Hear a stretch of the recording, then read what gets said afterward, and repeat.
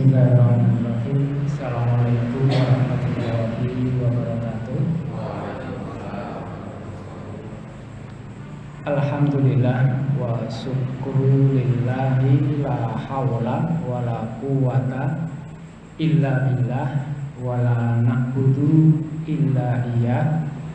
Asyhadu an la ilaha illallah wahdahu la syarikalah wa asyhadu anna Muhammadan abduhu wa rasuluhu la nabiyya wa la rasula ba'dahu.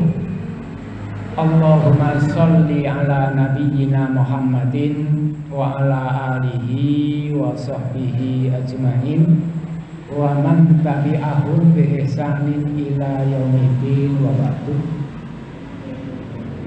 Fayaqulu tabaraka wa ta'ala fi kitabihil karim. A'udzu billahi minasyaitonir rajim. Syahrul Ramadan alladzi unzila fihil Qur'anu hudal linnasi wa bayyinatin minal huda wal furqan faman syahida minkum syahra falyasum.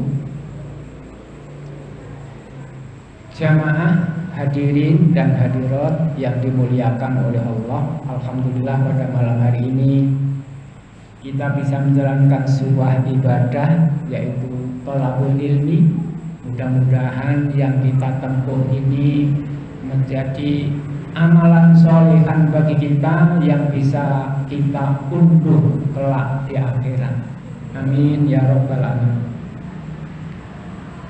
Selalu kita berdoa mudah-mudahan sholawat salam tetap dilimpahkan kepada junjungan kita Nabi besar Muhammad Sallallahu Alaihi Wasallam, karena dengan perantara beliaulah kita manusia yang hina bisa menjadi makhluk yang paling mulia, sebagaimana firman Allah, inna akramakum indallahi atqakum, bahwa yang paling mulia di antara hamba-hamba Allah itu adalah orang yang paling takwa.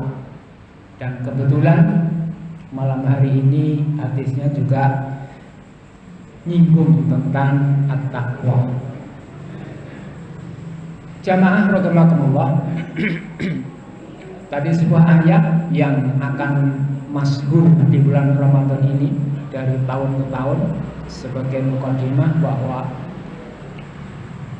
sebentar lagi kita akan keguyur berkah Ramadan. Bulan Ramadan adalah bukan yang istimewa, tidak seperti bulan-bulan yang lain. Di antaranya adalah bulan Ramadan itu jatuh pada bulan yang sangat panas, yang harinya lebih panjang daripada bulan yang lain.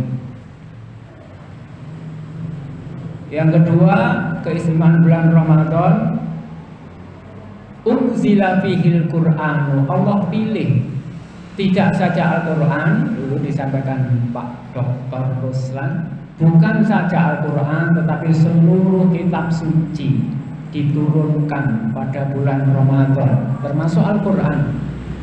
Dari Lauhul Mahfuz ke Sama'ud Dunya jumlatan wahidatan, diturunkan total dari surat Al-Fatihah sampai surat An-Nas. Yang membingungkan manusia biasa, kenapa Al-Quran itu dari dulu ada, tapi ceritanya cerita percekcokan antara Nabi dengan istrinya, ada perang-perang, ya, itu yang unik. Itu hanya bisa dipercayai oleh orang-orang yang beriman. Quran sudah ditulis jutaan tahun yang lalu, peristiwanya jutaan yang akan datang. Sampai hari ini pun masih belum bisa terkuat tentang susunan langit. Pertama belum tembus, apalagi yang kedua, apalagi yang sampai ketujuh. Ada misterius yang luar biasa. Syahrul Ramadan. Yang ketiga, ada Lailatul Qadar di dalamnya.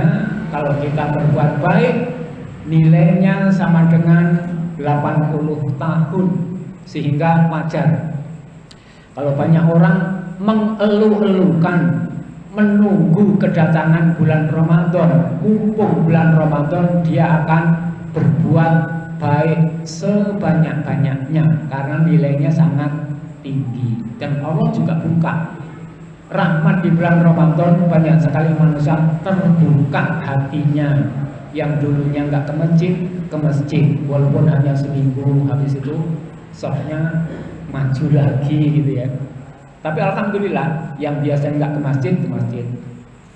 Yang dulunya nggak sedekah karena di bulan Ramadan berlipat ganda. Begitu juga di bulan Ramadan sebagai sejarah bahwa perang pertama yang dihadapi oleh kaum muslimin dengan non muslim, perang Badar pada tahun 2 Hijriah juga terjadi pada bulan Ramadan, dan Rasulullah beserta para sahabat jumlahnya sedikit, hanya 313, tapi bisa memporak-porandakan yang jumlahnya 1000.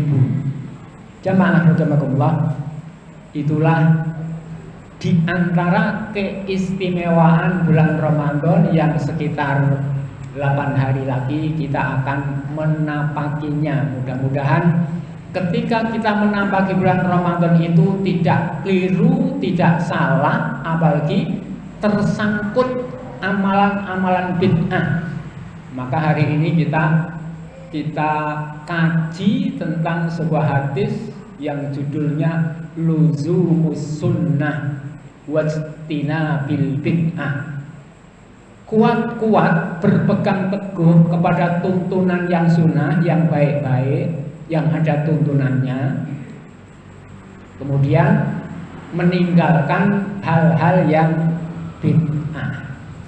Ya, itu hanya ada di dalam agama Islam, karena agama Islam itu ibadah fardhunya harus berlandaskan dalil, baik Al-Quran maupun As-Sunnah. Untuk menjalankan ibadah wajib ada dalil. Kalau enggak usah dilakukan.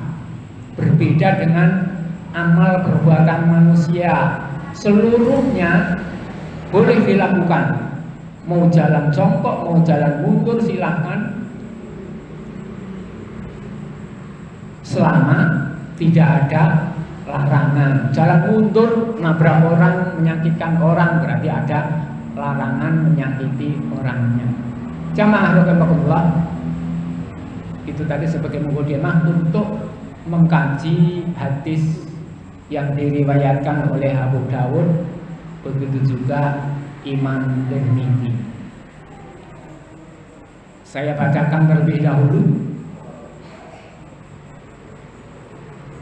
An Abi Najih Al-Irbad bin Sariyah qala wa'atna Rasulullahi mau'idatan wajilat minhal qulubu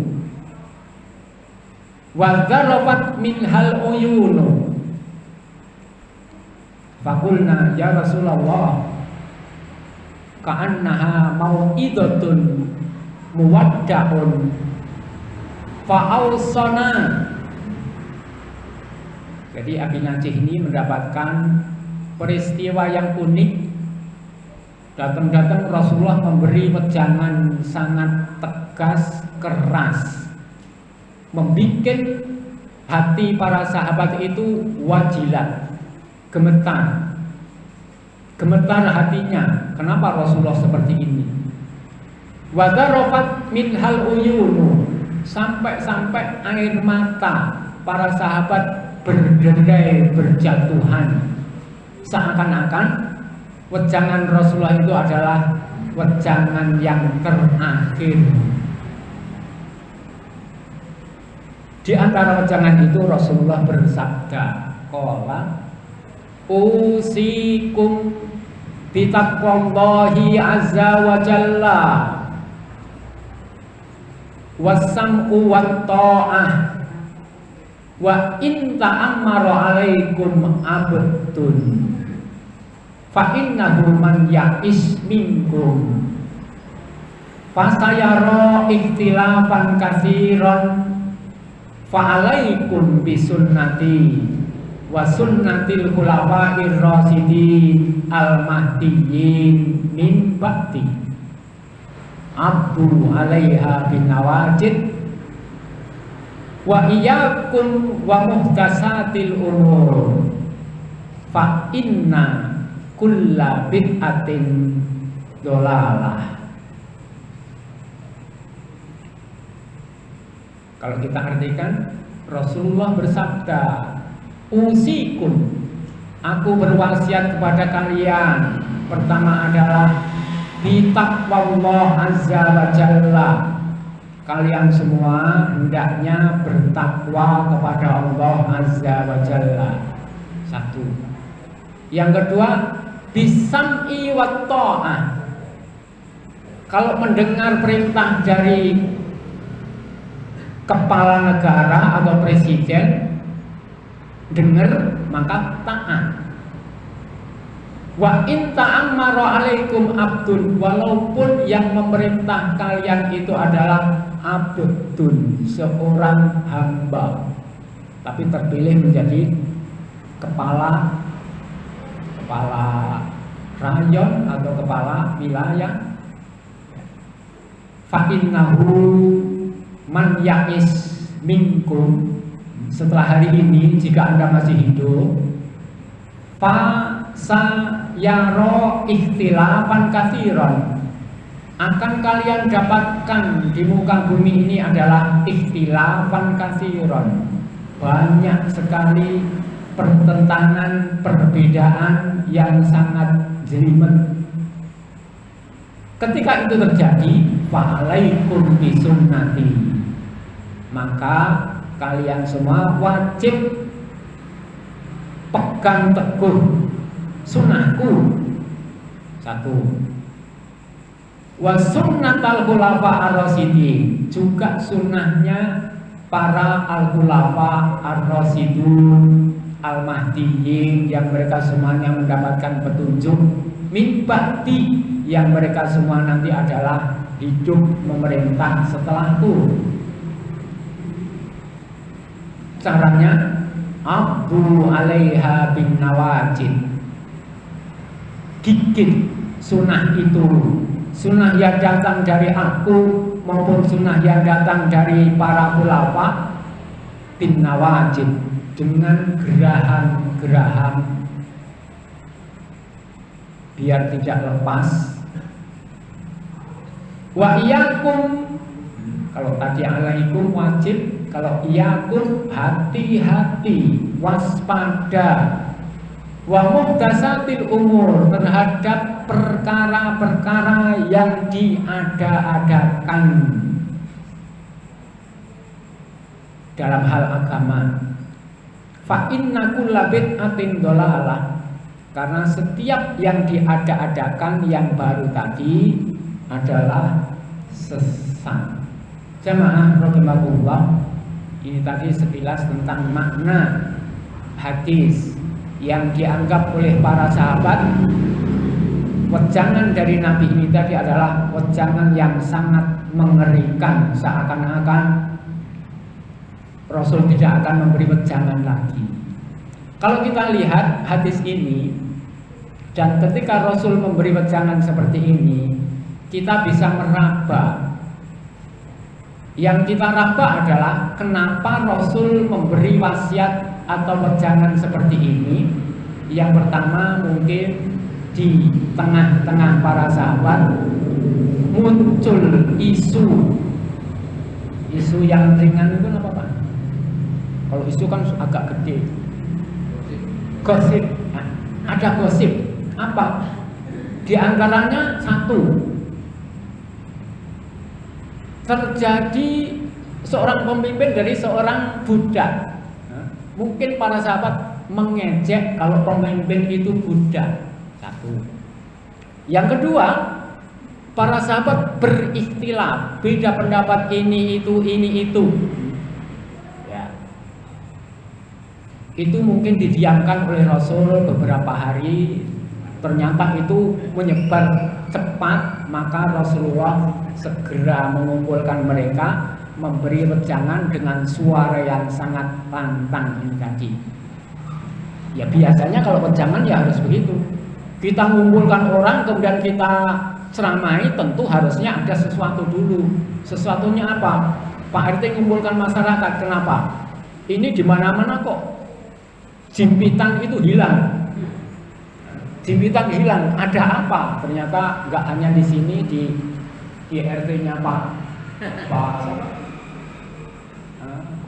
Masjid Nur Samawi juga banyak jimpitan yang hilang. Ternyata ada yang gerilya anak-anak kecil, sehingga Pak RT memberi wejangan jangan tumpuk uang di situ. Kadang kalau kita naruh uang kan 10.000 biar untuk berapa hari, kok 2 hari hilang. Ya, wejangan. Baik, itu satu. Yang kedua, Rasulullah itu kalau bicara sebelumnya nggak ada ilmu tinggi, tapi setelah Rasulullah diangkat menjadi seorang nabi, ngomongnya itu balighun. Kalau kita lihat di sini ada kata-kata abdu alaiha bin nawajib. Kalau orang tekstual, gimana sih menggigit sunnah? Ini hadisnya ngaco, masuk sunnah digigit. Ya, aslinya kata Rasul, sunnah itu seperti apa kalau kita gigit? Seperti apa Pak? Kalau kabel kita gigit yang kuat, berarti Rasul menggambarkan sunnah itu seperti kabel. Biar tidak lepas, gigit yang kuat. Gigitnya jangan pakai gigi depan, tapi pakai gigi geraham. Sehingga di sini maknanya makna al-isti'arah, minjem sesuatu kalimat diterapkan di sini, karena sunnah nggak digigit tapi dipelajari dan lain-lain. Baik, banyak sekali pelajaran yang dapat kita ambil dari sini. Yang pertama, memberi wejangan itu masruh, memberi teguran itu masruh, disunnahkan. Allah berfirman, wa'idhum wa qul lahum fi anfusihim qaulan baligha. Ada kata-kata qaulan baligha. Untuk dijelaskan di sini susah banget, harus ngerti nahwu, sorof sama balaghah. Qaulan baligha. Makanya Al-Quran itu nggak akan bisa dipahami oleh siapapun yang nggak belajar nahwu, sorof sama balaghah. Karena uslub Al-Quran nggak seperti berita koran, tapi punya ilmu yang sangat tinggi. Saking tingginya, ada orang Arab Badui yang nggak ngerti bahasa Arab. Ketika Allah menurunkan ayat fasda bima tu'mar wa a'rid 'anil jahilin, setelah ayat itu turun, Rasul memulai dakwah terang-terangan. Orang Arab dengar itu langsung sujud. Ketika ditanya, kenapa lu sujud? Saya heran, Al-Quran itu kalau mencatut kalimat itu nggak tanggung-tanggung. Betapa hebatnya menggunakan fasda bima tu'mar. Ada lagi nanti bulan Syawal ayatnya terkenal, yang wasari'u ila magfiratin, terus al-qadimin al-ghaidha, terus terakhir ditutup innallaha yuhibbul muhsinin. Suatu saat di Arab ada bangsa Arab yang imami, ditutup dengan innallaha ghafurur rahim. Setelah sholat Badui marah ke depan imam sini, yang kamu baca bukan Quran. Quran bukan. Coba buka. Setelah dibuka, apa? Innallaha kalau itu Al-Quran. Bangsa Arab biasa seperti ini karena bangsa Arab sebelum diturunkan Al-Quran sudah biasa dengan syair-syair yang bahasanya sangat tinggi dan bagus. Maka Al-Quran pun hadir di Jazirah Arab juga kadang mengembari bahasa-bahasa bagus tadi. Bahasa bagus itu adalah kalamun balighun, qaulan baligha. Ya, nanti ada Firman Allah lagi, ud'u ila sabili rabbika bil hikmati wal mau'izatil hasanah. Juga hadis ini yang jelas wejangan itu hendaknya dilakukan oleh pemimpin muslim terhadap bawahannya jika bawahannya sedang membutuhkan hal itu, karena menyebarnya aneka macam fitnah, desas-desus. Yang kedua, bahwa memberi wejangan itu Allah yudimu al mau'idah. Kalau memberi wejangan jangan terus menerus. Subuh dikasih, zuhur dikasih, asar dikasih, isya dikasih. Jangan. Bal yatakhawwalahu, tapi pilih-pilih waktu. Sebagaimana di sini yang ditulis merah ini di buku Al-Wafi. Kalau di sini Allah yadimu al mau'idah, tapi untuk Al-Wafi ditulis ikhtiyaru al-fursah al-mulaimah, memilih waktu yang tepat. Ketika mau memberi wejangan, pilih waktu yang tepat. Ya. Masih berkisar mau'idah. Yang ketika memberi mau'idah wejangan, ala yutila fil mau'idah, jangan panjang-panjang. Makanya kalau di masjid itu khutbahnya setengah jam, jamaah bingung, nggak konsen, karena belum waktu makan, mudah masuk kantor lagi dan lain-lain. Sehingga memberi wejangan itu khususnya hari Jumat ya antara 15 sampai 20 menit, tidak memperpanjang wejangan. Apalagi wejangannya nggak balik, omongannya muter-muter, balik-balik lagi. Itu yang dikasih wejangan kesel malah. Beda dengan tadi sabda Rasul tadi, itu kalamun balighun, dilihat dari sisi ilmu balaghah, nahwu. Yang keempat, syarat memberi wejangan antakuna balighah. Kalimat-kalimat yang dipakai, kalimat yang tidak susah dipahami. Pilih kosakata, mudah diucapkan, maknanya jelas. Kemudian disusun, cara menyusunnya juga tidak keliru. Kadang kita menyampaikan sesuatu maunya apa, karena susunannya keliru, jadi tidak tersampaikan. Kata Ibnu Rajab, wal balaghatu hiya at-tawsil ila ibhamil ma'ani al-maqsudah. Ilmu balaghah itu sarana untuk lebih memahamkan suatu ungkapan dengan tujuannya. Contohnya, air teh ini manis, Mas, air teh ini manis, itu ungkapan biasa. Tapi kalau dirubah, air teh ini madu, maka maknanya agak berbeda. Saya minum madu, lebih tinggi lagi. Ya.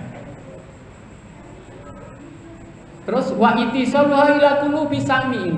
Ketika orang baik, ilmunya bagus, mendengar itu lebih mengenal, lebih menusuk daripada pengumuman teh ini manis. Ya. Sehingga dalam ayat Al-Qur'an juga wa qul lahum fi anfusihim qaulan baligha. Kalau memberi ceramah mereka, wejangan mereka, pilih kosakata yang dipahami oleh masyarakatnya. Makanya Nabi sering mengatakan khatibun nasa ala qadri uqulihim, ceramahi manusia itu yang sesuai dengan kemampuan ilmunya. Atau likulli maqamin maqalun wa likulli maqalin maqalun. Karena manusia itu menurut ilmu balaghah dibagi menjadi 3. Ada kelompok masyarakat yang paling rendah, ada kelompok masyarakat yang agak meninggi, sama masyarakat yang kelas tinggi. Menceramai mereka tentu dengan uslub yang berbeda-beda. Kalau disamakan, orang hebat-hebat diceramai uslub rendah, bosan. Orang kampung diceramai gaya kampus, nggak ngerti istilah-istilahnya, di kampus dibawa ke kampung, masyarakat tidak. Nah, itu namanya makalahnya bagus sekali, orasinya bagus sekali, tapi tidak sampai, sehingga tidak balighun, yang disampaikan tidak sampai.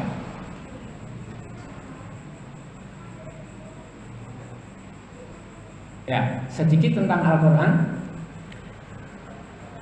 Al-Quran yang datang ke kita itu uslubnya aneka macam. Contohnya kita ambil makna Al-Quran yang bermakna kabar, berita. Al-Quran menyampaikan berita kepada kita itu ada 3 jenis. Pertama, berita tanpa penguat. Contohnya Alhamdulillahirabbil alamin, nggak ada penguatnya. Itu menunjukkan yang dikasih berita itu orang beriman yang nggak neko-neko, nggak mungkin-mungkin. Yang kedua, berita yang ada penguatnya. Contohnya innallaha sami'un alimun, pakai innallaha. Kalau yang dikasih tahu orang mukmin biasa, Allahu sami'un alimun. Tapi karena campur antara mukmin yang baik sama mukmin pinggiran, pakai innallaha, sungguh. Karena ada yang meragukan, orang-orang yang tidak beriman. Kemudian terakhir, berita yang ada dalam Al-Quran ditumpuki dengan aneka macam penguat. Kita lihat surat Al-Asr, suratnya pendek. Allah hanya akan mengatakan, wahai manusia, kalian itu akan merugi. Kalau beritanya kayak gitu, akan banyak orang yang nggak percaya, karena waktu itu orang nggak percaya adanya akhirat dan lain-lain. Makanya surat itu diawali dengan sumpah wal asri, penguat. Penguat yang kedua ada inna, demi Allah sungguh. Penguat ketiga lafi, lamnya lam pendek. Makanya kita hati-hati jadi imam masjid, harus pasti tahu bacaan ayat, biar makmumnya tidak gerundel. Coba kalau panjang kita baca pendek, pendek kita baca panjang, itu kita jadi makmum apa? Gerundel. Nah, tugas takmir mencipta imam-imam yang bacaannya benar, walaupun surat-surat pendek. Kalau enggak, takmirnya dosa.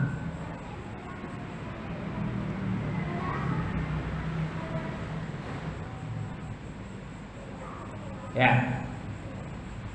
Ada 3 penguat di dalam surat Al-Asr.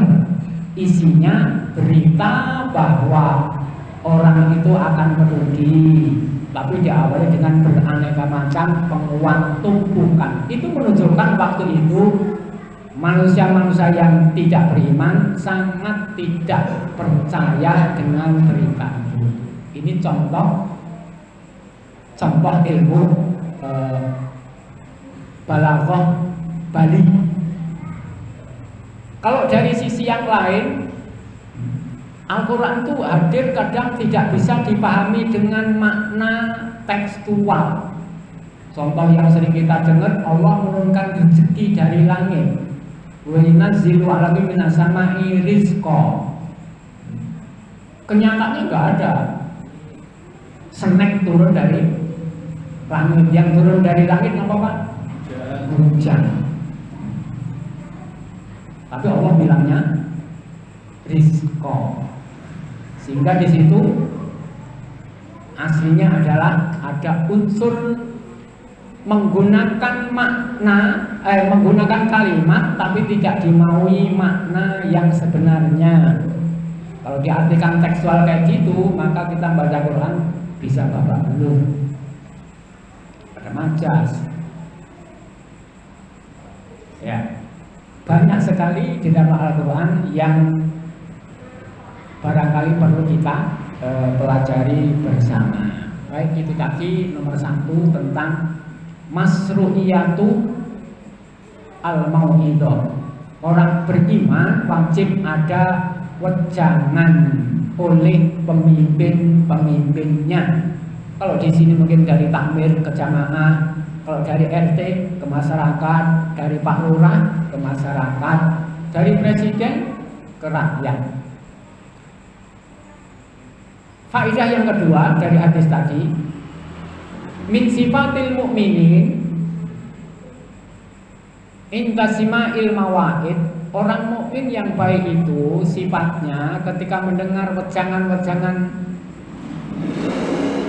yang baik, yang balik itu al-buka'u wal khawfu. Takut kayak tadi yang dilakukan oleh para sahabat. Kok Rasul ngomongnya kayak gini? Jangan-jangan al-buka' wal khawf. Ya. Allah banyak sekali mencantumkan ayat-ayat betapa hebatnya orang-orang beriman itu suatu saat wajilat qulubuhum, hatinya gemetar ketika mendengar ayat-ayat Allah tentang siksa, tentang surga. Ketika dibacakan mereka tambah beriman. Antasa qulubuhum, yang dulunya gembleleng tidak mau taat setelah dengar ayat-ayat kayak Mughirah itu kafir sekali ketika awal-awal Islam, tapi senang sekali mendengar bacaan Quran. Setelah ketemu dengan teman, kenapa kalian dengar Quran rumah itu? Lah kalian juga kenapa datang ke sini mau mendengar juga? Karena orang yang mendengar Al-Quran itu mendapatkan ide, bikin syair. Kalau syairnya orang Arab biasa kan hanya bicara tentang gajah itu kayak apa, memuji apa. Al-Quran beda. Al-Quran beda, nggak bisa ditembus oleh akal mereka, sehingga mereka mengundang-undang mendengar bacaan Al-Quran. Orang-orang yang membacanya pulang dari situ pasti dia bikin syair. Antasa qulubuhum. Suatu saat Mughirah pun takluk ketika di hadapan Nabi diceramai gini-gini, pulang cerita dengan masyarakatnya, mengagungkan Nabi sehingga diejek oleh masyarakat. Ini dia tersihir juga. Ayat yang lain ketika membaca ayat taksairu minhu julu. Kalau membaca ayat-ayat yang mengerikan, kenapa? Bulu Roma, bulu kutub, bulu-bulu di badan itu berdiri karena takut tadi.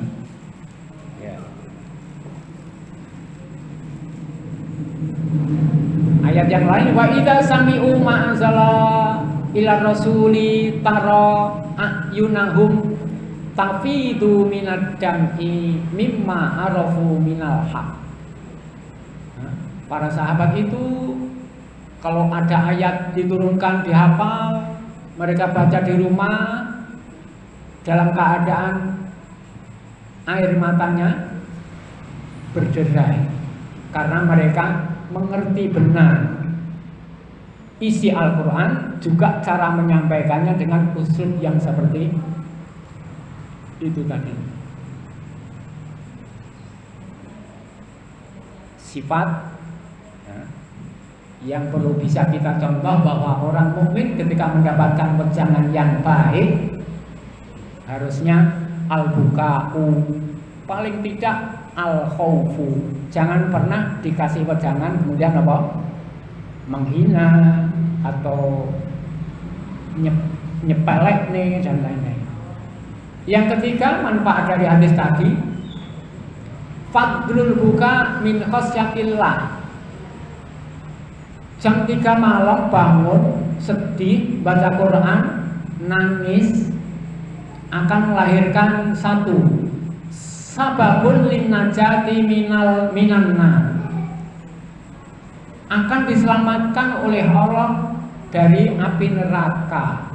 Kata Rasulullah, ainani la tamassuhuma an-naru, ada dua mata yang tidak tersentuh oleh api neraka.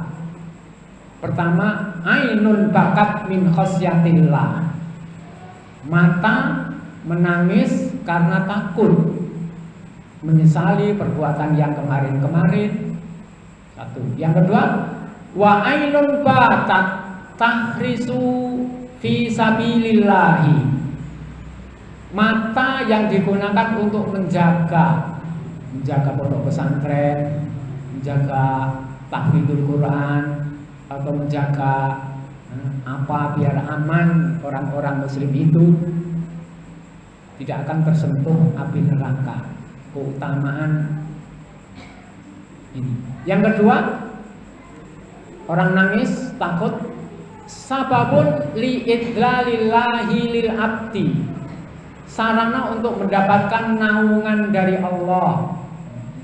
Karena pada hari kiamat nanti, kata Nabi, sab'atun yudilluhumullahu, ada 7 kelompok yang akan dinaungi oleh Allah pada hari yang tidak ada naungan sama sekali, pada hari kiamat nanti, setelah sumber api dari Yaman menggiring manusia ke padang mahsyar, di situ tidak ada naungan. Maka di antara yang dinaungi Allah adalah orang yang ini, rajulun zakarallaha khalian, seorang yang berzikir kepada Allah di rumah, bukan di tengah masjid dikelilingi oleh orang. Kalau itu bisa ikhlas, bisa apa?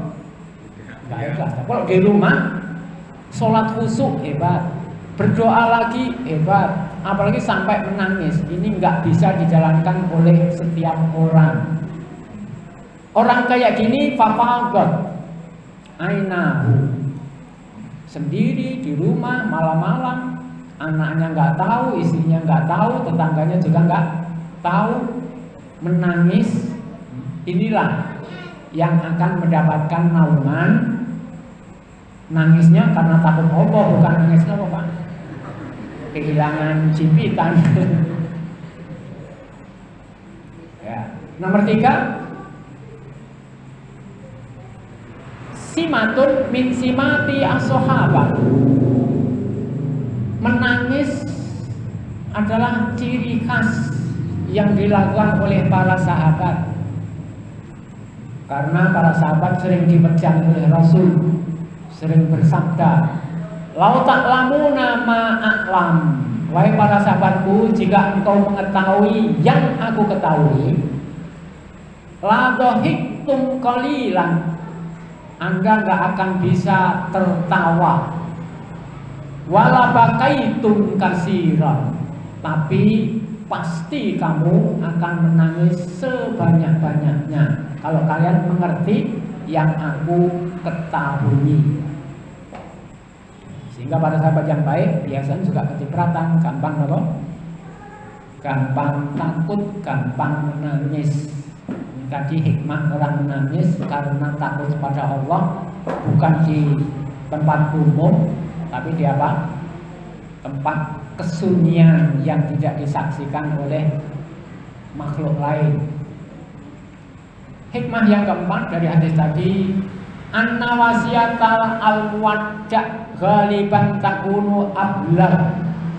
Biasanya pesan terakhir itu, pesan terakhir, pesan perpisahan itu akan disampaikan dengan memuncak.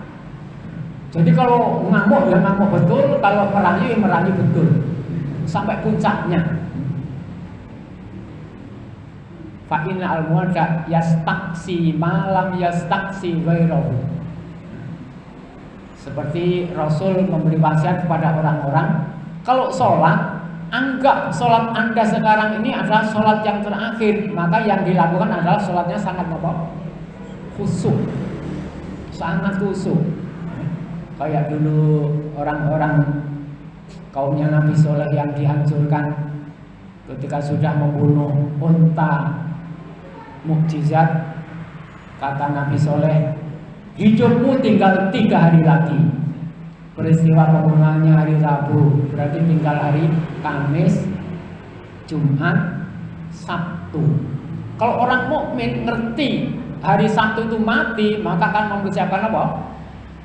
Ibadah sedekah yang menggelora. Itu pasti. Beda dengan orang tadi.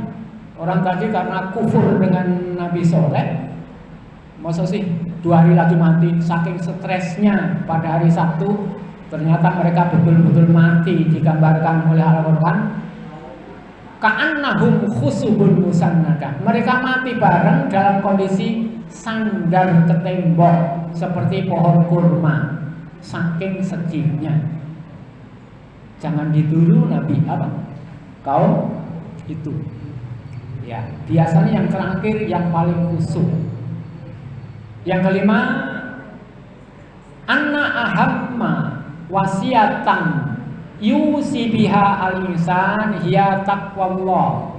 Kalau kita memberi wasiat kepada orang, yang paling baik wejangan itu adalah menganjurkan manusia agar takwa kepada Allah. Takwa. Orang-orang itu banyak yang jelek. Orang-orang tua yang gak berpendidikan itu banyak yang jelek. Ketika bertemu kita berbuat jelek, maka satu ungkapan dari kita, ittaqillah, maka dia langsung sadar. Beda dengan kita, kasih ittaqillah, jawabnya apa Pak? Apa kuwi? Li'annahu, wasiat bertakwa itu sababu sa'adati dunya wal akhirah. Memberi nasihat agar bertakwa. Bertakwa itu adalah sumber bahagia dunia dan akhirat. Wa taqwa hiya wasiyatullah lil awwalin wal akhirin. Takwa adalah wasiat dari Allah untuk orang-orang terdahulu, juga untuk orang-orang yang akan datang. Sebagaimana firman Allah, walaqad wasainal ladzina utul kitaba, orang-orang Yahudi, orang-orang Nasrani, kemudian orang-orang Muslim, min qablikum wa iyyakum an ittaqullah. Wasiat Allah untuk orang Yahudi, Nasrani, juga Anda adalah yang paling top adalah ucapan ittaqullah, bertakwalah kepada Allah, takutlah kepada Allah. Makanya ini adalah rukun sebagai khotib Jumat untuk mengucapkan ittaqullah, ittaqullaha haqqa tuqatih wa la tamutunna illa wa antum muslimun. Hikmah yang keenam, wujubus sam'i wa ta'ah li waliyil amri. Tadi gambaran hadisnya, wa in ta'ammara abdun tadi ya. Walaupun Anda dipimpin oleh seorang budak, pemimpinmu budak. Ketika di Mesir kan dulu ada mamalik, kerajaan apa? Kerajaan yang asal usulnya dari para orang-orang rendahan jadi raja. Ya. Malam yakmur bimaksiatin, selama pemimpin itu tidak menyuruhmu berbuat maksiat, Anda wajib taat. Wa hadza wajibun bil kitabi was sunnah wal ijma'. Sebagaimana firman Allah, ya ayyuhalladzina amanu atiiullah wa atiiur rasul wa ulil amri minkum.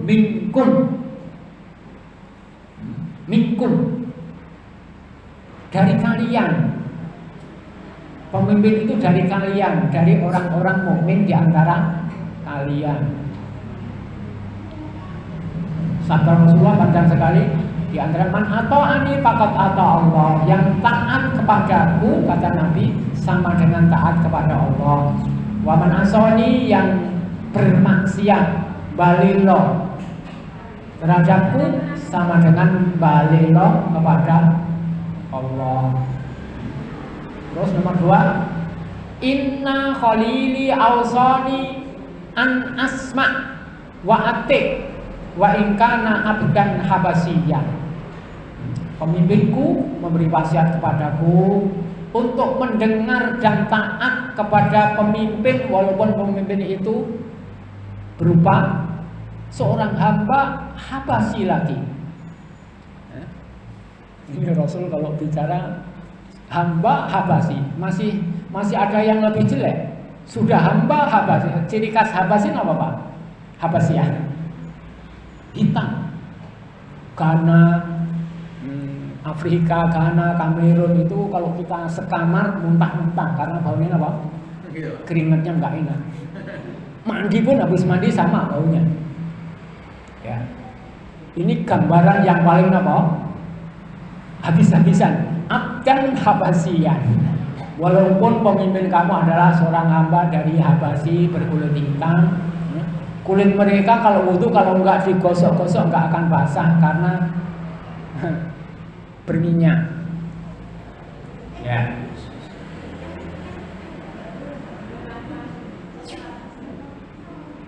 Kalau Ibnu Rajab wa amma as-sam'u wa ta'ah liwulati umuril muslimin.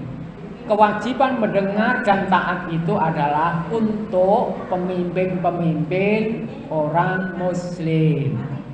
Karena fafiha sa'adatud dunya.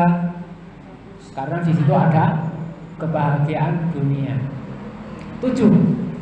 Dari hadis tadi ini yang kita membongkar hadis bahwa hadis tadi menunjukkan mukjizatun lin nabi, mukjizatnya nabi, karena nabi mengatakan man ya'is fihi sayara ikhtilafan kasir. Itu dulu kala Rasul sudah kayak dukun-dukun apa Pak?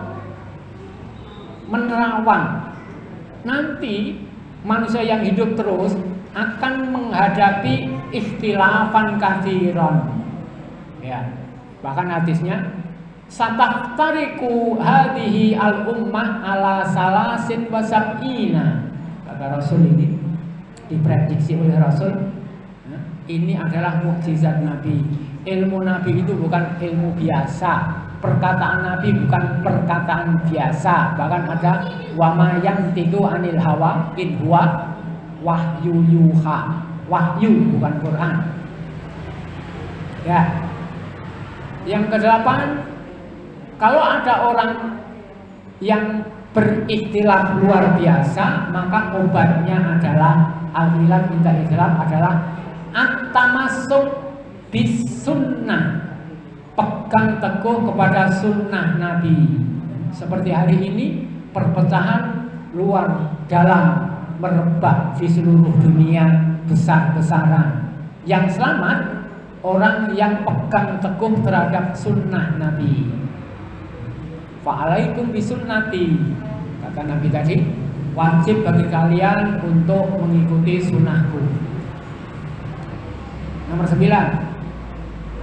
Jadi kalau kita cekcok berantem segala sesuatu, cari ilmunya di jalan sunnah. Kalau nggak ada di sunnah, tafsir. Ya. Nomor 9, annahu yajibu alal insan an yata'allama sunnatan nabi. Ya ini syarat. Kalau orang berikhtilaf, bersengketa tentang agama, mereka bodoh nggak punya ilmunya, gimana mau menggigit sunnah Nabi? Wong dia nggak tahu. Kata Nabi tadi, gigit. Yang gigit apa? Wong nggak belajar. Makanya di sini nomor 9, yajibu. Semua orang Islam wajib belajar tentang sunnah Nabi. Kalau dari fikih pertama-tama toharoh, kemudian sholat, kemudian muamalah. Kalau dari tauhid, yang ngerti Allah itu siapa, diapakan. Jadi ilmunya masih banyak sekali. Ya. Nomor 10, annalil khulafa ar-rasyidun sunnatun muttabi'atun. Jadi kita bisa mengikuti sunnah para al-khulafa ar-rasyidin. Kalau ada para khalifah Rasul sholat tarawih 20, berarti itu bisa dijadikan sebagai sunnahnya, karena sabda Rasul sunnati wa sunnati al-khulafa ar-rasyidun. Yang penting ilmunya ada. Kalau nggak ada repot. Al-Khulafa ar-Rasyidun itu adalah Abu Bakar As-Siddiq satu, kedua Umar, ketiga Utsman, ketiga Ali. Kenapa orang-orang ini disintir oleh Rasul? Langkah yang dilakukan bisa jadi sunnah. Ya, pertama Abu Bakar. Abu Bakar itu walaupun menjadi khalifah 2 tahun setengah, punya 3 amalan yang hebat. Pertama, Abu Bakar bisa menumpas gerakan murtad yang menyebar di Jazirah Arab saat itu. Orang-orang murtad itu ada 2 kelompok. Kelompok yang jahat adalah kelompok orang yang mengaku punya nabi walaupun nabinya palsu. Ini murtad betulan.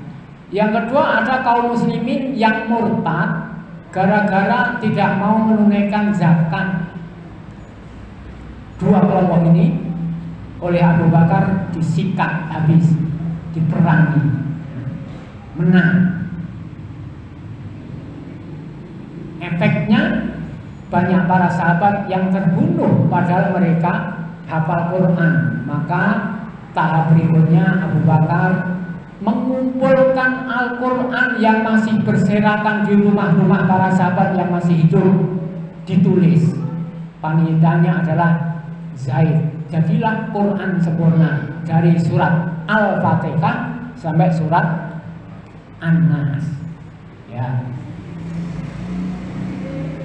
Yang ketiga, Abu Bakar mulai melebarkan wilayah yang sudah dimulai oleh zaman Rasul ke Sam. Waktu itu pasukannya sudah diberangkatkan Rasul. Ketika Rasul meninggal, berhenti. Di masa Abu Bakar dilanjutkan, mulai memerdekakan wilayah Sam yang ada di Suriah. Ya. Ini yang dilakukan oleh Abu Bakar. Yang dilakukan Umar luar biasa karena wilayahnya sangat luas, dari Pakistan sampai Libya, sehingga sahabat Umar men-setting negara baru, mengangkat banyak menteri menjadi penguasa-penguasa di wilayah tertentu, kemudian dikasih undang-undang, juga diaudit. Itu Umar.